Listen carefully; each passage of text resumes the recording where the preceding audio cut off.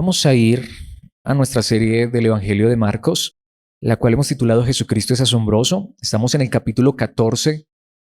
Estamos ya solo a un paso de llegar al punto cumbre del Evangelio y es la muerte de nuestro Señor Jesucristo.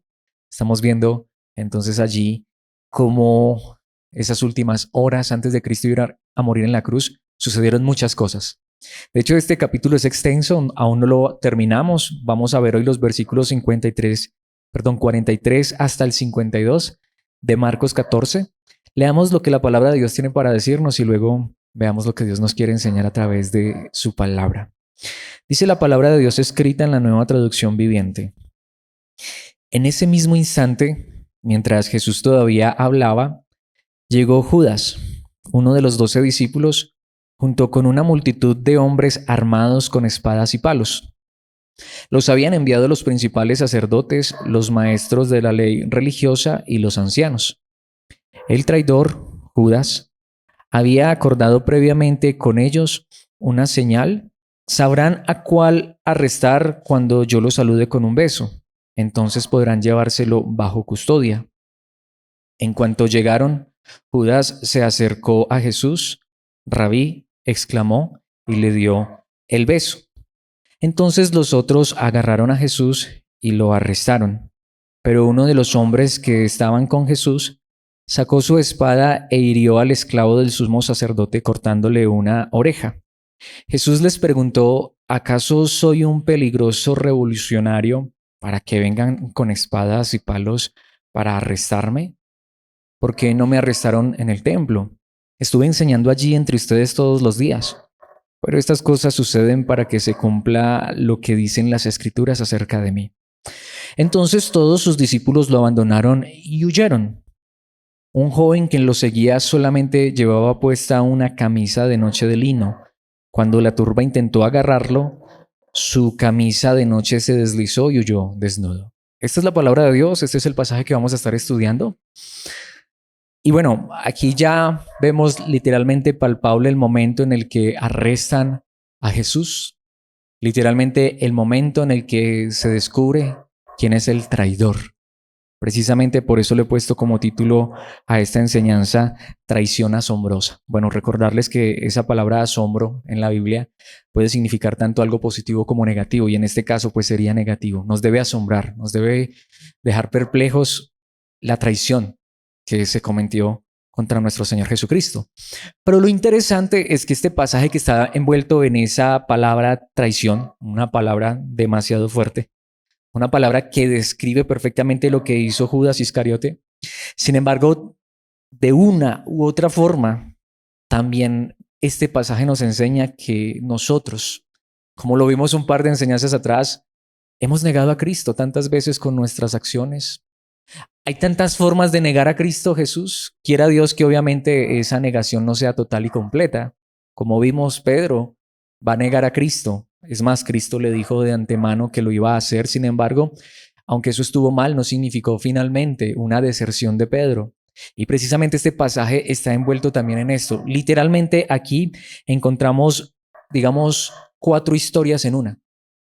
Podríamos decir, entre comillas, 4 personajes. 2 de ellos negando o traicionando total y completamente a Cristo y otros 2 traicionando a Cristo, pero luego arrepintiéndose.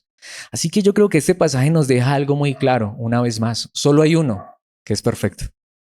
Solo hay uno que jamás falló bajo ninguna circunstancia. Solo hay uno que hasta bajo la presión más terrible se mantuvo en pie, se mantuvo firme, vivió en perfecta obediencia a Dios nuestro Padre y ese es nuestro Señor Jesucristo. De resto, todos los seres humanos, todos los mortales, sin importar nuestra posición aún dentro de la iglesia, todos de una u otra manera hemos fallado. Por eso lo digo, sé que la palabra suena fuerte, pero en un sentido creo que todos hemos traicionado a Cristo. Todos hemos traicionado su confianza, todos en algún momento hemos flaqueado, hemos caído y eso se puede también tomar como una traición, claro, como les decía. Y con esto enfatizo esta introducción y la cierro. Hay de traiciones a traiciones. Y creo que eso es lo que nos muestra este pasaje. Así que hay aquí un contraste entre esa traición imperdonable, pero también de quizá esa traición que podemos cometer nosotros, que es triste, pero de la cual podemos y debemos arrepentirnos. Así que una vez más, hay básicamente 4 historias allí, por eso quiero que veamos cada una de esas historias como un punto. Y el primero que quiero que veamos es el beso de la traición. La primera traición que nos muestra allí la palabra de Dios se efectuó con un beso, el beso de la traición. Bueno, ¿y quién no ha escuchado, quién no ha oído hablar del beso de Judas? Pero nos debe asombrar esta traición, porque el hecho de que Judas hubiera besado a Jesús no es algo sin importancia. Veamos esto en los versículos 43 al 46 y allí vemos que esta es la traición más infame de todas. Por eso lo dije hace un momento. Todos de una u otra manera fallamos, lo hemos hecho y si permanecemos mucho más tiempo en esta vida, en este cuerpo de carne, aunque seguramente como hijos de Dios no quisiéramos, pero de una u otra manera fallaremos y eso se puede tomar como traición. Es un error, es una falla, pero también traición, se puede llamar también pecado, es una manera también de llamar al pecado. Pero, mis hermanos, hay traiciones que son literalmente imperdonables porque precisamente ni siquiera se ve que la persona que la comete tenga escrúpulo alguno, ni siquiera intención de ser perdonado. De hecho, como lo diría en algún momento el Señor Jesucristo hablando acerca de Judas Iscariote, hubiera sido mejor que no hubiera nacido. Como lo diría la palabra de Dios en algún lugar, esta es el perro que vuelve al vómito, esta es la puerca lavada que se revuelca en el fango después de haber estado limpia. El punto es que debemos tener claro nosotros eso, porque los hijos de Dios no está bien fallar, pero no importa cuántas veces fallemos, podemos volver a Cristo. Pero hay personas que fallan, pero no fallan porque se deslizaron, porque cayeron, porque fueron débiles. Hay que tener claro esto. Hay personas que fallan, que traicionan, porque eso es su naturaleza, porque para esto es para lo que viven.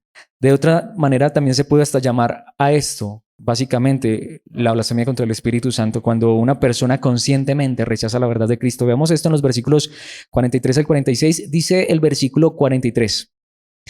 En ese mismo instante, bueno, ¿en qué instante? Lo que vimos hace 8 días, el momento en el que Jesucristo está orando, cuando Cristo vivió la teodicea, como vimos hace 8 días, ese conflicto entre saber que tenemos un Padre bueno en los cielos, todopoderoso, y que a veces quisiéramos que las cosas se hicieran de cierta manera, pero la realidad es que se llevan a cabo de otra manera. Cristo lo vivió: Padre, si es posible, pasa de mí esta copa, pero no se haga mi voluntad sino la tuya. Al final, Cristo tuvo que beber la copa de sufrimiento porque esa fue la voluntad del Padre. Sin embargo, esto no significa que el Padre no haya sido bueno ni que sea todopoderoso. De hecho, qué manera más grande que hoy nosotros hablar de la salvación de Dios, que el Dios bueno y todopoderoso entregó a su Hijo en una cruz por nosotros. Así que aunque en su humanidad Cristo quiso que eso no fuera así porque era difícil en su humanidad enfrentarse a esta muerte cruenta, pero al final ese fue el plan y el propósito de Dios. De hecho, plan que nos muestra cuán grande es su amor, cuán grande es su poder. Y en ese mismo instante en el que Cristo está experimentando esto y le estaba diciendo a sus discípulos: no han podido velar conmigo siquiera una hora, no han estado conmigo en este momento de tanto sufrimiento.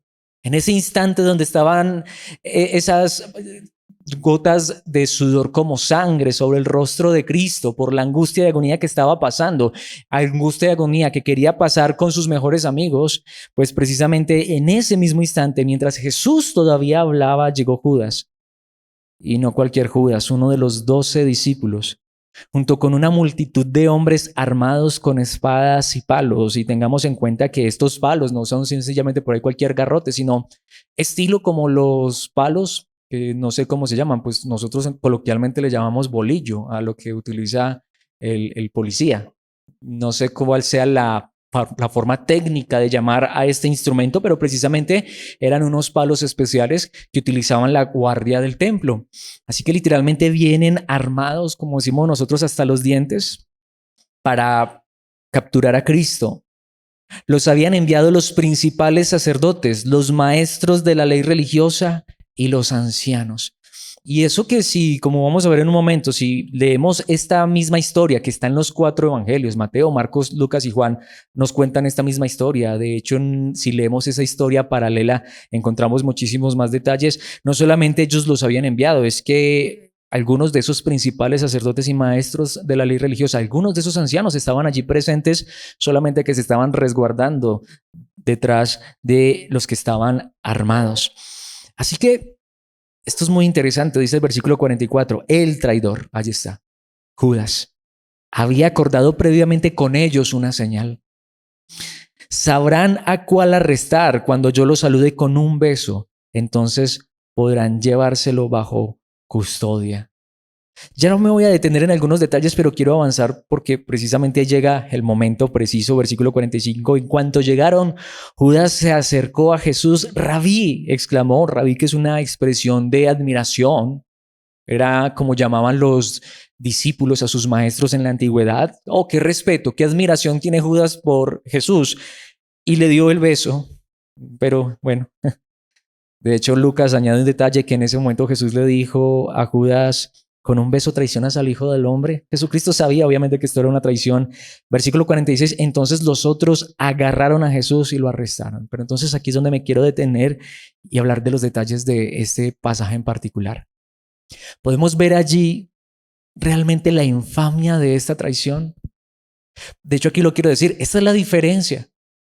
Puede haber cristianos, y eso está mal, pero a veces hay cristianos que se deslizan de tantas formas, que cometen tantos errores, que fallan de tantas maneras. Es más, puede que tú y yo seamos de ellos y eso no está bien, pero es muy diferente cuando hay una persona que lucha, que tiene sus problemas, sus conflictos, sus dificultades internos. Una persona que está luchando con sus debilidades, con su pecado, pero siempre vuelve a Cristo en humildad y con el corazón, a un hombre, y aquí es donde llega el asunto principal. Un hombre que conoció físicamente a Jesús, que anduvo con Cristo Jesús de la forma más cercana que nosotros jamás pudiéramos imaginar. Alguna vez lo he dicho, aquí lo quiero enfatizar, pero es que esto es importante. Quizá muchos de nosotros, al igual que yo, seamos de aquellos que pensamos: oh, qué maravilloso hubiera sido haber vivido en el primer siglo y haber conocido a Cristo.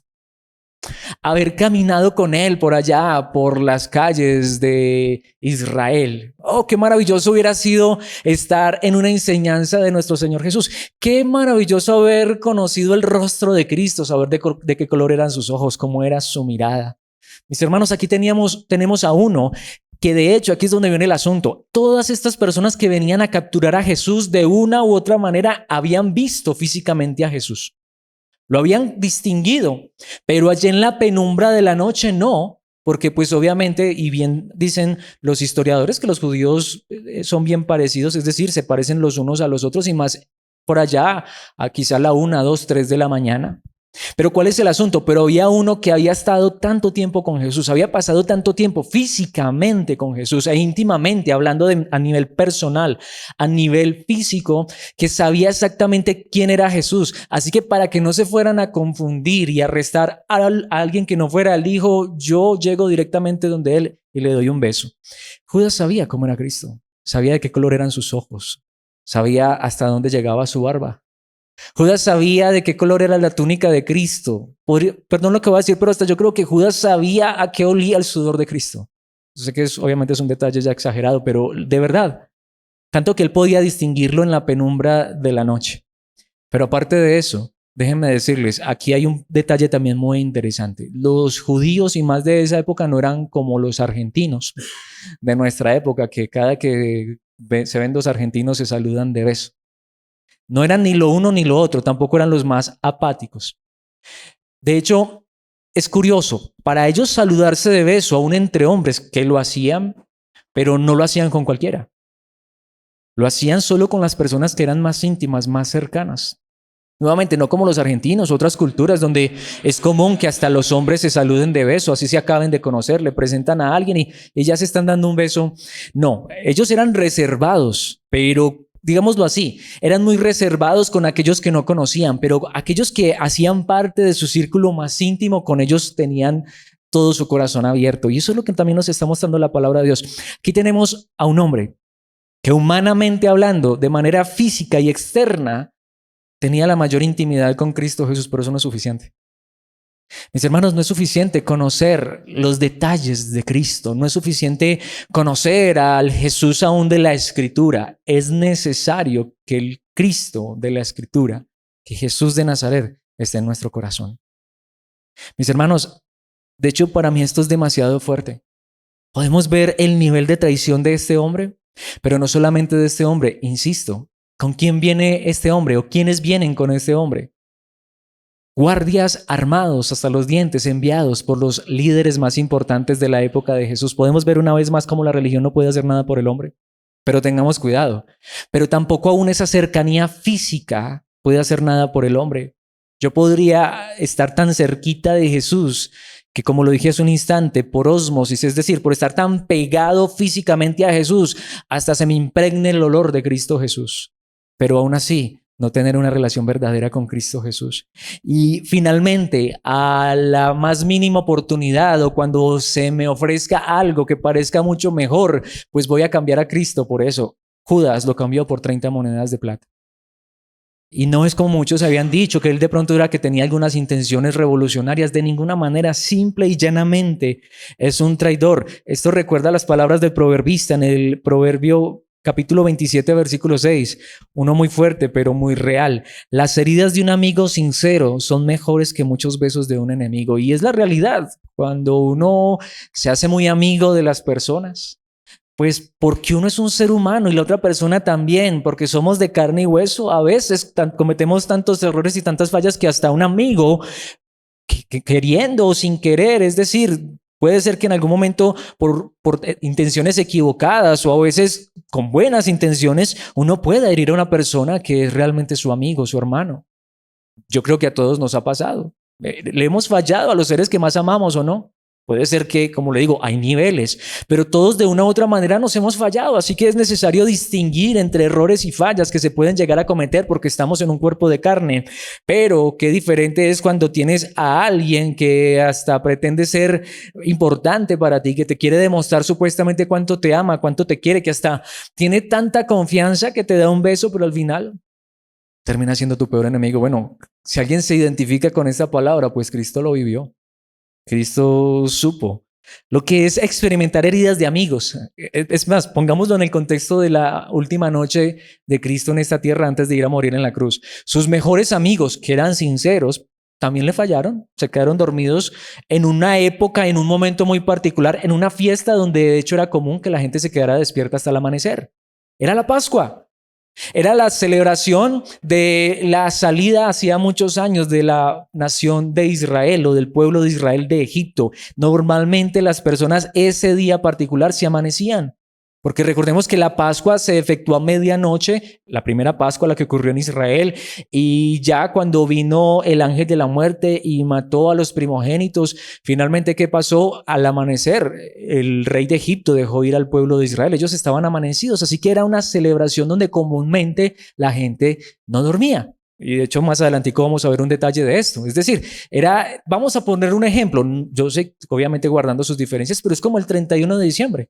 La mayoría de personas en Occidente no duerme el 31 de diciembre, ¿sí o no? La mayoría, no estoy diciendo todos, puede ser que haya alguno que dice, no, yo sí me acuesto a dormir por a las 10, 11 de la noche, pero la mayoría nos quedamos hasta la 1, 2, 3 de la mañana con la familia, si no es que nos amanecemos, ¿cierto? O sea, es decir, es cultural.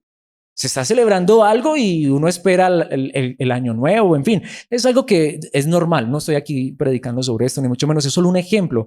Ese día normalmente estas personas se amanecían porque era una celebración supremamente especial. Y los mejores amigos de Jesús se quedaron dormidos cuando Cristo les estaba contando su historia y les estaba diciendo que si lo acompañaban en este momento, digamos que lo hirieron, si hablamos humanamente hablando, pero aquí había uno que le dio un beso, pero con ese beso lo estaba traicionando.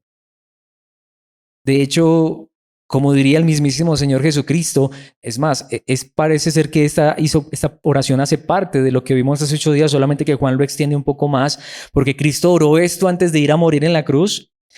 Estas son palabras de Cristo mismo orando al Padre y dice, durante el tiempo que estuve aquí, hablando de aquí en la tierra, porque ya Cristo iba a morir en la cruz, los protegí con el poder del nombre que me diste.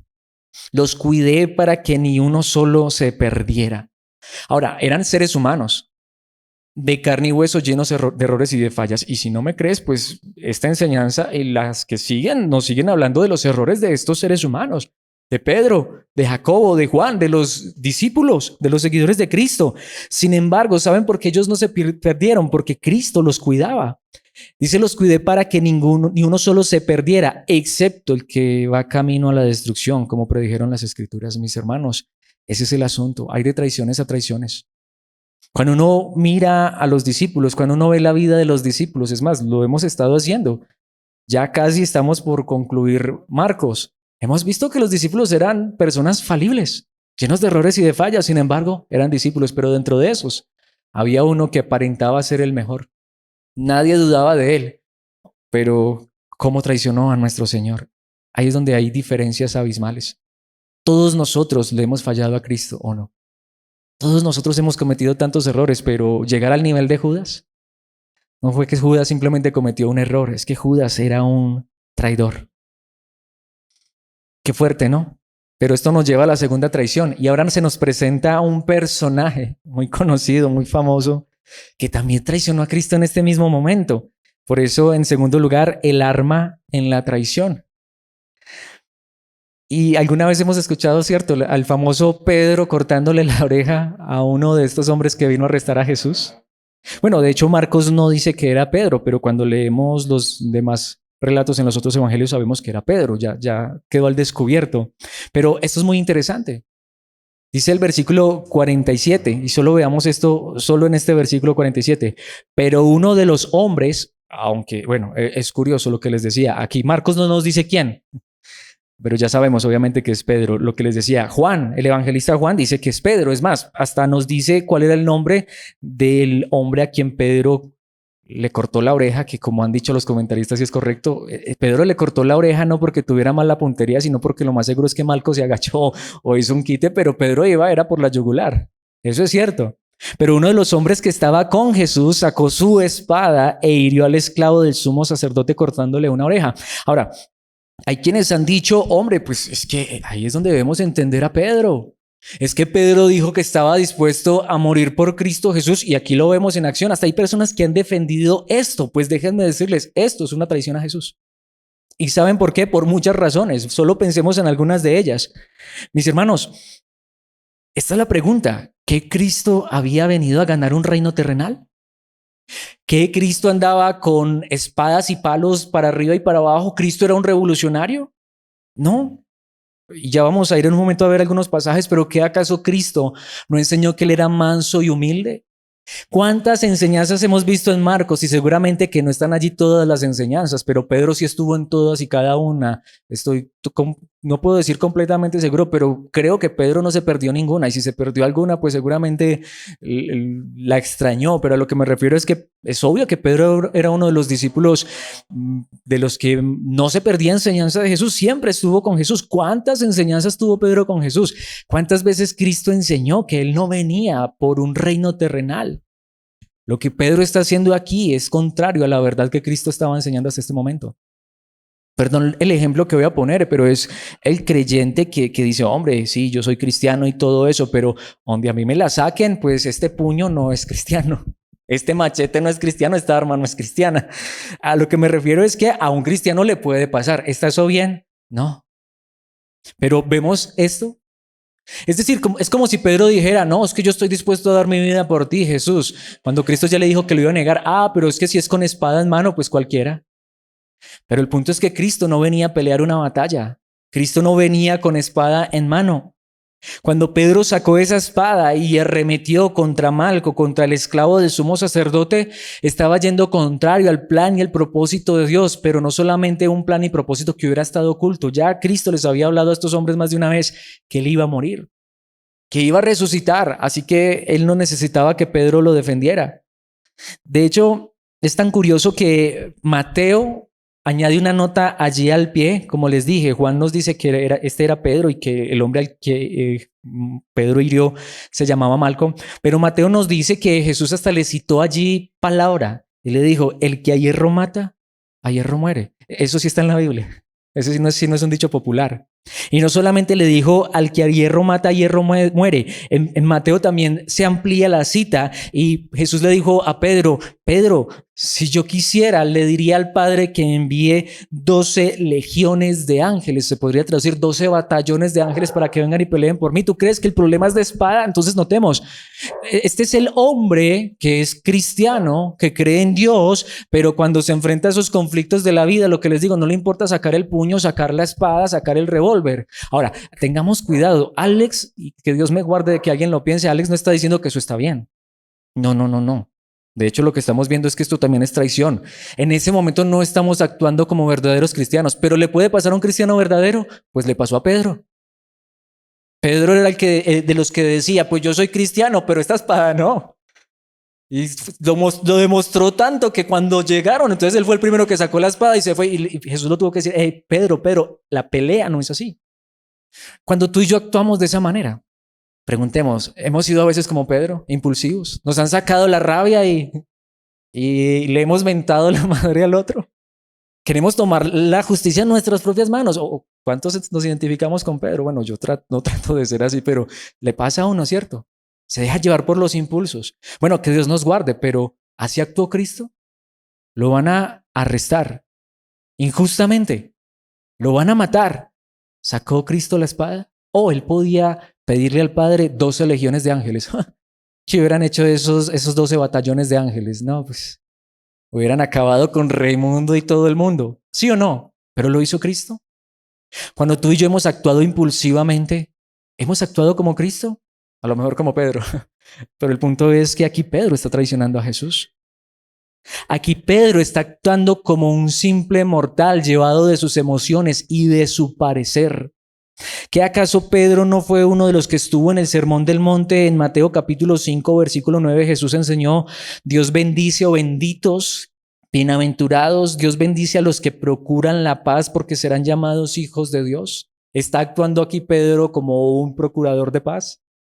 ¿Está aquí a Pedro buscando la paz? No, Pedro se le salió el apellido y sacó la espada y dijo, pues ahorita sí vamos a pelear y vamos a vencer a los romanos y al que sea que se atraviese. Y empezó a bolear espada. Malco se agachó y solo le cortó una oreja. Es más, cuando lees los evangelios te das cuenta que hasta Jesús sanó a ese hombre. Pero si eso no hubiera sido así, ¿Jesucristo sería el salvador del mundo? O como muchos lo han llamado, el revolucionario del mundo. Mis hermanos, Jesucristo no revoluciona el mundo. Hay personas que han comparado a Jesús con el Che Guevara. Qué ridículo, pero lo hacen. Oh, es que Jesús era un político, es que Jesús era un revolucionario. No, mis hermanos. Jesús fue el verdadero y más grande pacificador. De hecho, si tú lees Juan, tú lees que solamente Jesús con decir, ¿a quién buscan? A Jesús, yo soy. Y todos cayeron a tierra. Solo con decir yo soy. Y si a eso le añadimos que podrían venir 12 legiones de ángeles, 12 batallones de ángeles, mis hermanos, no hubiera quedado, como decimos nosotros vulgarmente, ni el pegado. Ahora Pedro con una espadita por ahí a ponerse de espadachín de Robin Hood. No, ese es el punto. Oh, pero ¿cuántas veces nosotros hemos creído que esta batalla se libra es con armas humanas? ¿Qué le dijo Jesús a Pilato en Juan 18, 36?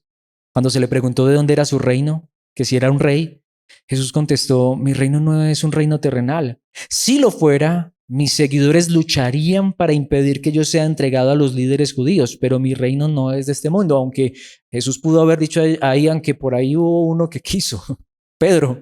Podemos ver, Pedro estaba actuando contrario al reino. En este reino lo ganamos con tomar la justicia en nuestras manos. Tantos versículos podría traer, pero solo un par de pasajes. Romanos capítulo 12, versículos 18 al 20. Hagan todo lo posible por vivir en paz con todos. Bueno, esto lo dijo un hombre que antes también cargaba espada, Pablo, y perseguía a cristianos, pero después de ser cristiano, dejó la espada a un lado. Queridos amigos, nunca tomen venganza. Dejen que se encargue la justa ira de Dios. Pues dicen las escrituras, yo tomaré venganza, yo les pagaré lo que se merecen, dice el Señor. Pero qué fáciles somos nosotros como seres humanos llevados de nuestros impulsos cuando nos sentimos ofendidos, atacados, tomar la justicia en nuestras propias manos. ¿Será que al final nosotros seremos justos? Si notamos, así que, bueno, Pablo también escribe esto porque seguramente a los creyentes de Roma les estaba pasando, que también les gustaba por ahí cargar de vez en cuando espada, revólver o machete. Pero mis hermanos, eso no es correcto. Tomar la justicia en nuestras propias manos, hombre, puede ser que nos salgamos con la nuestra o puede ser que se nos vaya la mano. Mejor dejemos a Dios. Como dice el versículo 20, en cambio, si tus enemigos tienen hambre, dales de comer, si tienen sed, dales de beber. Al hacer eso, amontonarás carbones encendidos de vergüenza sobre su cabeza. ¿Qué hizo Jesús con la herida en la oreja de Malco lo sanó. Y muy seguramente si Pedro le hubiera alcanzado a cortar el cuello, seguramente que también se lo sana, lo pega y lo resucita. ¿Qué hizo Jesús con sus enemigos? ¿Sí notamos? Ahora, nuevamente, puede ser que nosotros como cristianos estemos actuando como Pedro, con espada en mano. ¿Está eso bien? No, eso sería una traición a Cristo. Claro, gracias a Dios que estas son traiciones que se pueden perdonar, pero que aprendamos que en este momento, bueno, Pedro no está actuando como Judas, pero está actuando contrario al Evangelio. Entonces vemos allí esos contrastes. Judas, un hombre sin escrúpulos. Judas, un hombre que físicamente, humanamente conoció a Jesús, pero no lo tenía en el corazón. Ahora Pedro, un verdadero cristiano, un verdadero discípulo, un verdadero apóstol, uno verdadero, uno que nadie puede negar que realmente amaba a Cristo, pero también con intenciones y motivaciones equivocadas. Esto nos lleva al tercer punto y es la escritura en la traición. Porque podemos ver que hay diferentes maneras entonces de traicionar a Jesús. Algunas perdonables, otras imperdonables. La de Judas, imperdonable. La de Pedro, perdonable, aunque estuvo mal. Pero esta tercera también es imperdonable, porque hay quienes traicionan a Jesús infamemente como Judas y lo rechazan voluntariamente y conscientemente. Pero creo que hay un grupo peor que Judas. Aquí creo que hay unos autores de esta traición peores que Judas. Porque, bueno, si uno continúa la historia, y aunque no estuvo bien, pero Judas fue y se ahorcó. Pero mis hermanos, ¿y qué de los que capturaron a Jesús? ¿Qué de los líderes religiosos? Miren, mis hermanos, ahí es donde vemos. Pedro, un hombre lleno de errores, pero un hombre que sabía que solo en Cristo había esperanza. Un hombre que de pronto en ocasiones le gustó hasta cargar machete, va a cargar espada, perdón por la expresión tan coloquial, pero así es. Un hombre que le gustaba sacar el puño y que no se aguantaba que nadie le dijera nada porque él estaba de una vez reclamando, como decimos vulgarmente, revirando. O sea, él, mejor dicho, a mí nadie me la monta, diría Pedro, pero obviamente aprendió la lección. Pero mis hermanos, ¿qué de aquellos que aparentemente son tan piadosos, tan religiosos y se quedan en ese engaño y en esa mentira, como nos lo muestran los versículos 48 al 49? Jesús les preguntó, ¿acaso soy un peligroso revolucionario para que vengan con espadas y palos para arrestarme? De hecho, aquí viene el punto interesante, versículo 49. ¿Por qué no me arrestaron en el templo? Estuve enseñando allí entre ustedes todos los días. Las personas que estaban allí habían estado muchas veces en las enseñanzas de Jesús. Es más, estas personas vivían en el templo.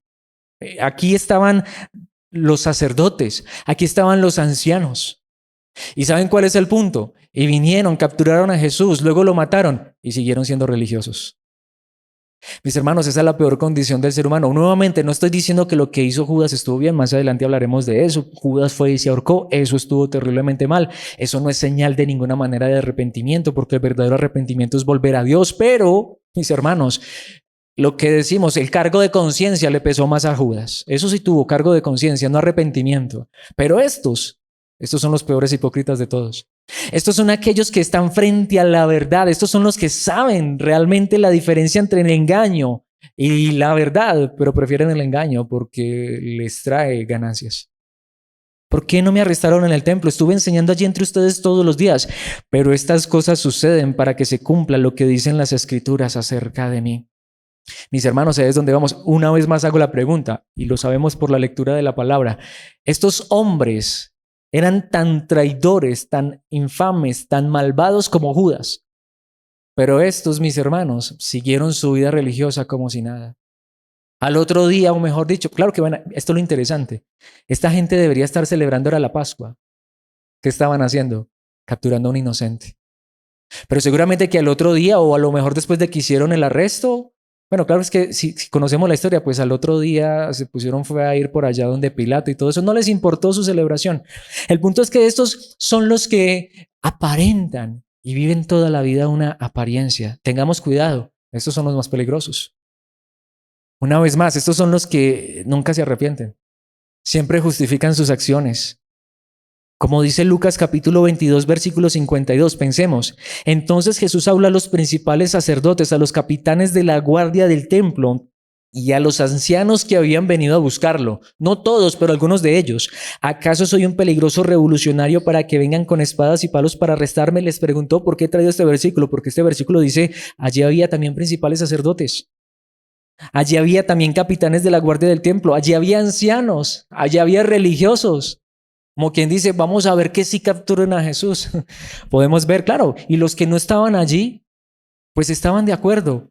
Pero es donde una vez más vemos una de las peores, perdón por la expresión, pero creo que no da para más o para menos. Una de las peores escorias del mundo es la religión. Eso es religión. Religión es la apariencia de ser algo cuando uno es todo lo contrario.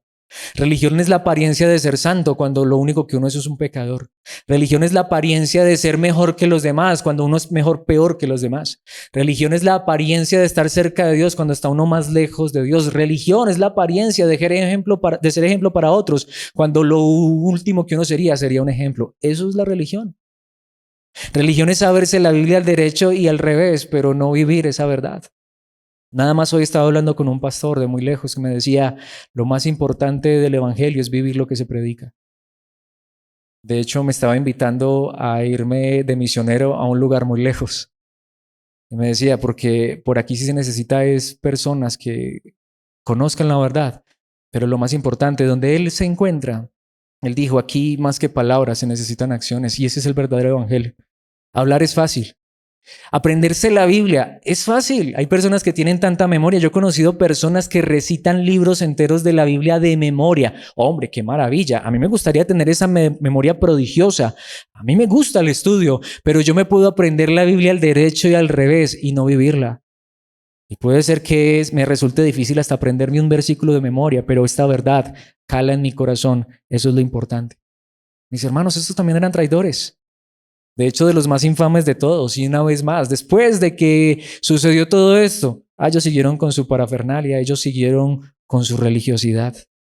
Por eso fue que Jesucristo les dijo en Juan capítulo 5, versículos 39 y 40, ustedes estudian las escrituras a fondo, unos expertos. Mis hermanos, en un sentido, la escritura no es suficiente. No. La Biblia no es suficiente en un sentido, porque yo sé que hay una doctrina que se llama la suficiencia de la Escritura, pero esa doctrina enseña es que la Escritura es suficiente para la vida de fe del cristiano, pero a lo que me refiero con que la Escritura no es suficiente es que leerme la Biblia no es suficiente, aprenderme la Biblia no es suficiente, estudiar la Biblia no es suficiente. Estas personas estudiaban las Escrituras a fondo, dice, porque piensan que ellas les dan vida eterna. La Biblia no da vida eterna.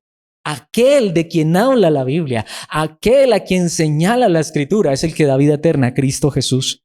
Pero las Escrituras me señalan a mí. Y ese es el asunto. No es mucha Biblia. No es cuánta Biblia me sé, no es cuánta Biblia conozco, no es cuánta Biblia puedo citar de memoria, no es cuánta Biblia recito, no es cuánta Biblia predico. Es cuánto de aquel de quien habla la Biblia hay en mi corazón, hay en mi vida. Sin embargo, dice el versículo 49, ustedes se niegan a venir a mí para recibir esa vida. De nada sirve estudiar la palabra, de nada sirve la Biblia como libro si no es Cristo quien está vivo en esas páginas, y más yo que en esas páginas, en mi corazón. Por eso fue que a estos hombres les dijo Cristo Jesús en Mateo 23:15, ¿qué aflicción les espera? Maestros de la ley religiosa y fariseos, notamos. Maestros de la ley religiosa, maestros de la religión. Se saben la religión al derecho y al revés, tanto que le enseñan a otros. Es más, les dijo hipócritas, pues cruzan tierra y mar para ganar un solo seguidor. Lo que me decía este pastor, me estaba invitando nuevamente, de hecho, literalmente al otro lado del planeta. Pero ¿cuál es el asunto? ¿Por qué me decía eso? Me decía, hay muchas personas que quieren ir a las misiones, pero ¿a qué? ¿Saben qué era lo que me decía este pastor? Esto es lo que se necesita. No solamente cruzar mar y tierra para ir al otro lado del mundo, sino tener a Cristo en el corazón, tener a Cristo en la vida. Cruzan tierra y mar para ganar un solo seguidor. ¡Oh, qué sacrificio tan grande! Uno los admiraría. Son misioneros, dejan el norte que les ha heredado una gran riqueza. Hombre, pero ¿qué nos han exportado del norte? Sino una de las más grandes mentiras como el Evangelio de la Prosperidad. Y luego lo convierten en un hijo del infierno, 2 veces peor que ustedes mismos. Fuerte, ¿no? Pero esa es la realidad. Esta es la peor traición. La peor traición es pararme a hablar en nombre de Dios. La peor traición es tener un título religioso muy grande. y al final no tener al Dios verdadero, no tener a Cristo en mi corazón. Esto nos lleva al cuarto punto y último, y es la vergüenza en la traición. Bueno, es interesante. Aquí hay un pasaje muy particular. Bueno, yo quiero hacer la misma pregunta. Vamos a ver esto en los versículos 50 y 52, pero antes quiero hacer esta pregunta. ¿Quién no ha fallado a Dios en su debilidad? ¿Quién no ha cometido un error? Eso es traición también, pero qué hermoso saber que aunque hubiéramos fallado, como diría el apóstol Juan, no lo he traído, pero nos lo sabemos de memoria, aunque hubiéramos pecado, tenemos un abogado para con el Padre, a Jesucristo el justo. Y si mi hermano peca contra mí, ¿cuántas veces debo perdonarlo? ¿Hasta 7 veces o 70 veces 7? Y por eso oramos, Padre, perdónanos nuestros pecados, como nosotros perdonamos a los que pecan contra nosotros. Es que en Dios hay un perdón infinito, cuando hay verdaderamente arrepentimiento en el corazón. ¿Quién no ha cometido errores que no quiso cometer? ¿Quién no ha errado y luego se ha arrepentido? Todos, ¿cierto? Eso es lo que nos muestra la Biblia. Pero aquí viene el cuarto y último contraste. Allí tenemos Judas, el peor de todos, un supuesto discípulo de Jesús, pero al final el peor traidor de todos. Bueno, tenemos a Pedro, el impulsivo, y que esos impulsos lo llevaron muchas veces a actuar contrario a la verdad que Cristo mismo le enseñó. Hasta ese mismo momento fue un traidor que en lugar de aceptar la voluntad del Padre para Cristo, pues sacó la espada cuando Jesús le había advertido que esa no era la manera correcta. Pero, sin embargo, Pedro regresó, Pedro se arrepintió de todos estos errores y todas estas fallas. Pero allí tenemos a los religiosos. Sí, pero este pasaje final, versículos 50 al 52, nos dejan muy claro, todos somos pecadores, el único que no pecó fue Cristo. Entonces todos sus discípulos lo abandonaron y huyeron. Ahí sí salieron corriendo todos. Mis hermanos, para que nos quede claro que este es el Evangelio. El Evangelio es que solo hay uno que se mantuvo firme en el camino correcto hasta el final. Hay uno que fue obediente hasta la muerte, y no cualquier muerte, sino muerte de cruz. Ninguno de nosotros ha podido ni jamás podrá hacer esto. Por eso en el Evangelio no hay nadie mejor que otro. Solo hay uno mejor, solo hay uno grande, Cristo. Pero viene allí una historia muy interesante. Los últimos 2 versículos son una historia muy enigmática. ¿Alguna vez la has leído y te has preguntado por qué está esto aquí?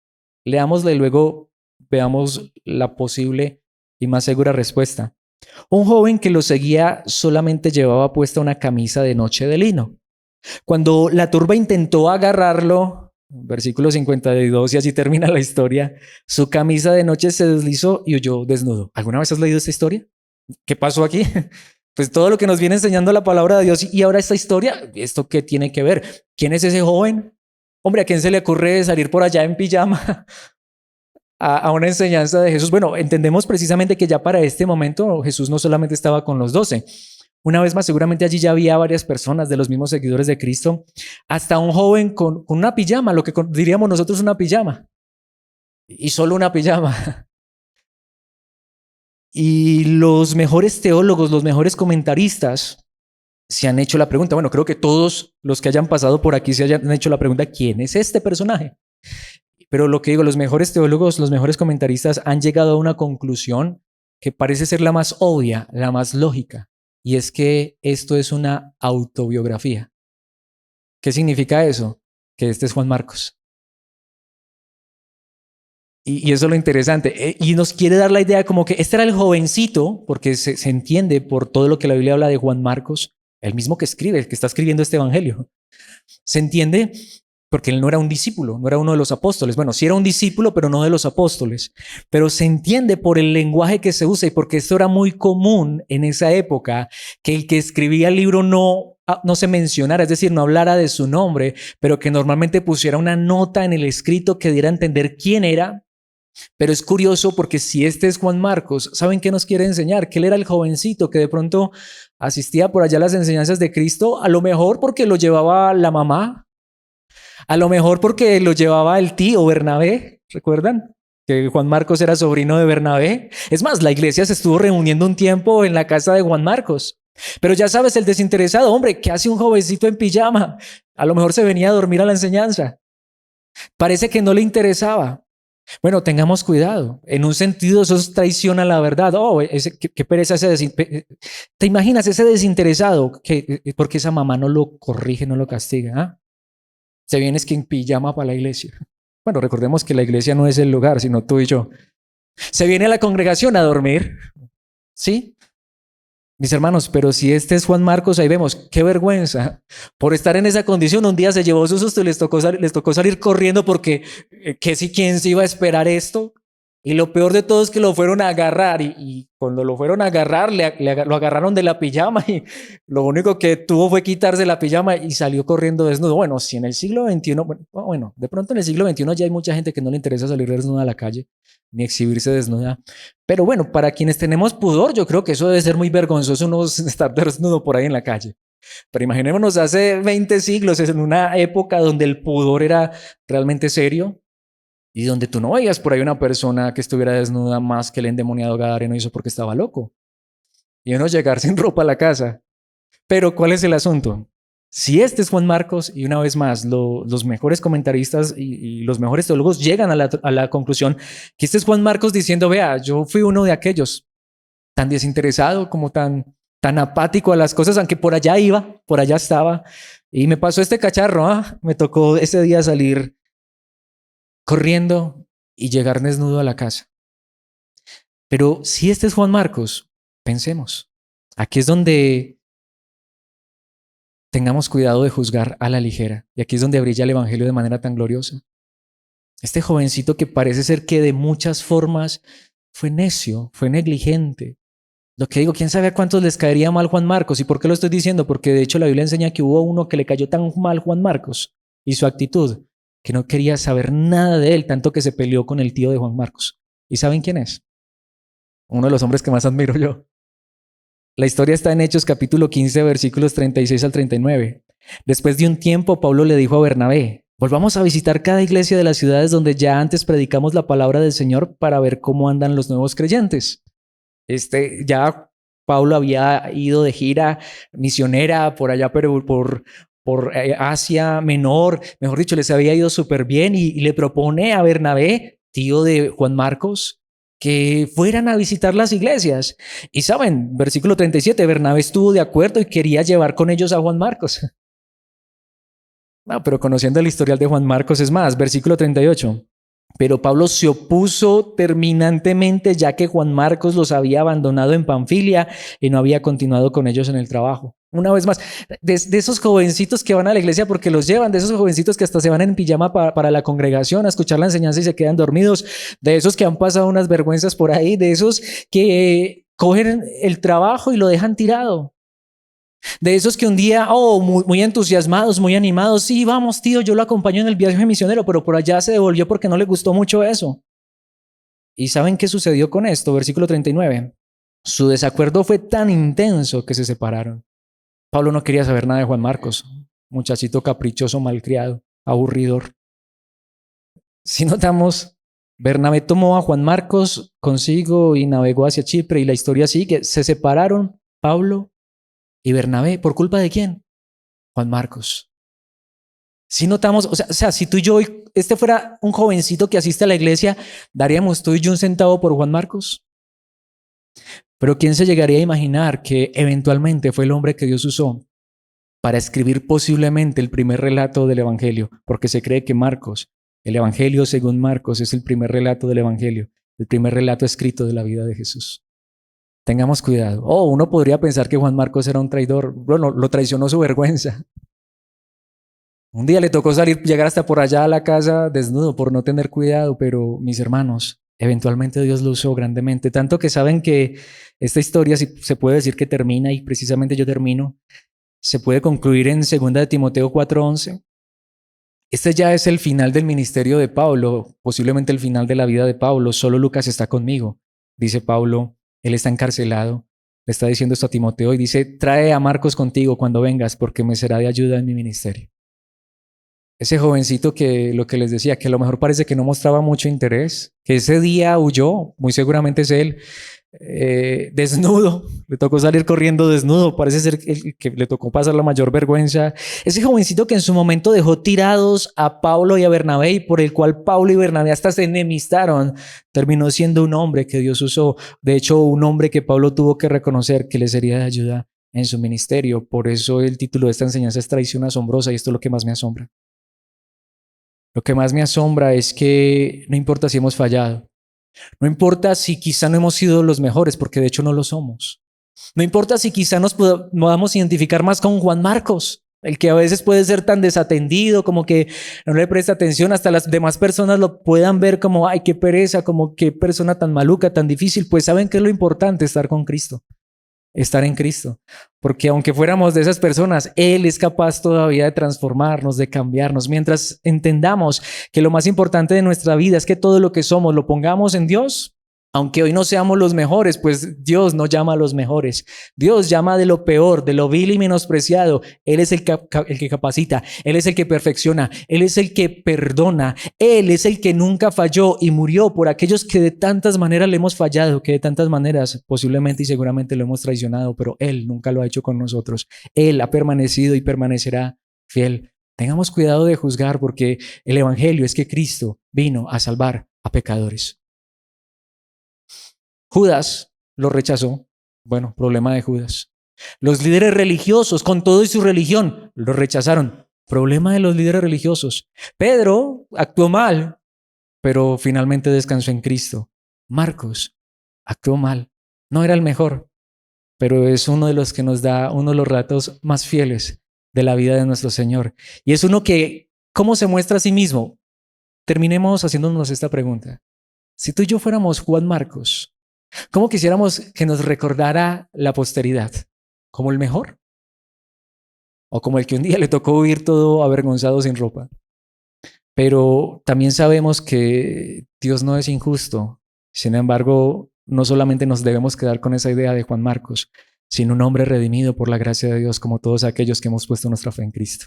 Así que si hoy nos sentimos que hemos fallado, que hemos cometido errores, que hemos pecado, si nos identificamos más con el Pedro impulsivo, con el Marcos desinteresado y avergonzado, mis hermanos, en Cristo encontramos restitución, en Cristo encontramos salvación, en el Evangelio hay esperanza aún para el peor pecador. Démosle gracias a Dios por esta palabra y digámosle que nos ayude para que Él nos siga moldeando a su imagen. Padre nuestro que estás en los cielos, gracias por tu palabra. Gracias por enseñarnos que muchas veces nosotros cometemos tantos errores, pero tú eres el único que permaneces fiel, que tú eres perfecto, que tú enviaste a tu Hijo, precisamente como nos lo enseña tantas veces tu palabra, a vivir la vida perfecta que ninguno de nosotros ha vivido. De hecho, Padre, gracias por estas autobiografías, gracias por estas historias, donde se nos muestra a los pecadores que nunca quisieron arrepentirse. Aquellos que conocieron de una manera humana tanto a Jesús, tu Hijo, aún tuvieron comunión física con Él, pero que nunca lo reconocieron como su Salvador. Pero aquellos que sí lo hicieron, pero que también eran tan pecadores, tan llenos de fallas. Gracias aún por esa historia de ese joven que parece como tan desinteresado, yendo solamente con una camisa de dormir a una reunión con el maestro, pero al final ver que muy seguramente es aquel mismo que luego tú usaste para escribir este glorioso evangelio. Y eso es lo que nosotros queremos experimentar, descansar en ti. Seguramente hoy cada uno de nosotros nos miramos a nosotros mismos y nos vemos todavía tan faltos, tan llenos de errores, tan llenos de fallas, de conflictos. De hecho, Padre, como dice tu palabra, si hemos pecado, acudimos a ti con nuestro abogado a tu diestra, nuestro Señor Jesucristo, a que nos perdones, porque esto es lo que tenemos que reconocer, que solo somos pecadores, necesitados todos los días de tu infinita y maravillosa gracia, y que cuando tú nos usas para hacer algo bueno es solo por tu gracia y misericordia. Marcos podría ser recordado simplemente como el joven que huyó desnudo esa noche de la traición de tu amado Hijo, Sin embargo, es el mismo que luego tú usaste para traernos este relato que hemos estado estudiando por más de un año. Así que gracias, Padre, porque tú eres el Dios que eres capaz de hacer mucho más de lo que podamos pedir e incluso imaginar, pero por tu gracia, por tu amor que actúa en nosotros en Cristo. Así que esto te pedimos, síguenos perfeccionando, síguenos moldeando a la imagen de Cristo por medio de tu palabra, que cada día podamos reconocer nuestros errores y fallas y saber que podemos llegar a ti, a tu trono de gracia, no con temor, aunque arrepentidos, pero sabiendo que en tus brazos encontramos consuelo, refugio, que en tus brazos encontramos perdón, que tú eres capaz de restituirnos, de levantarnos, fortalecernos y llevarnos seguros a la gloria eterna, porque este es tu evangelio, que tú lo has hecho todo por nosotros y aún sigues sobrando en nosotros para llevarnos seguros en tus brazos a la eternidad. Gracias por tu palabra, gracias por tu iglesia en este lugar que escucha esta tu palabra y ayúdanos a vivir conforme a tu verdad en Cristo Jesús. Amén y amén.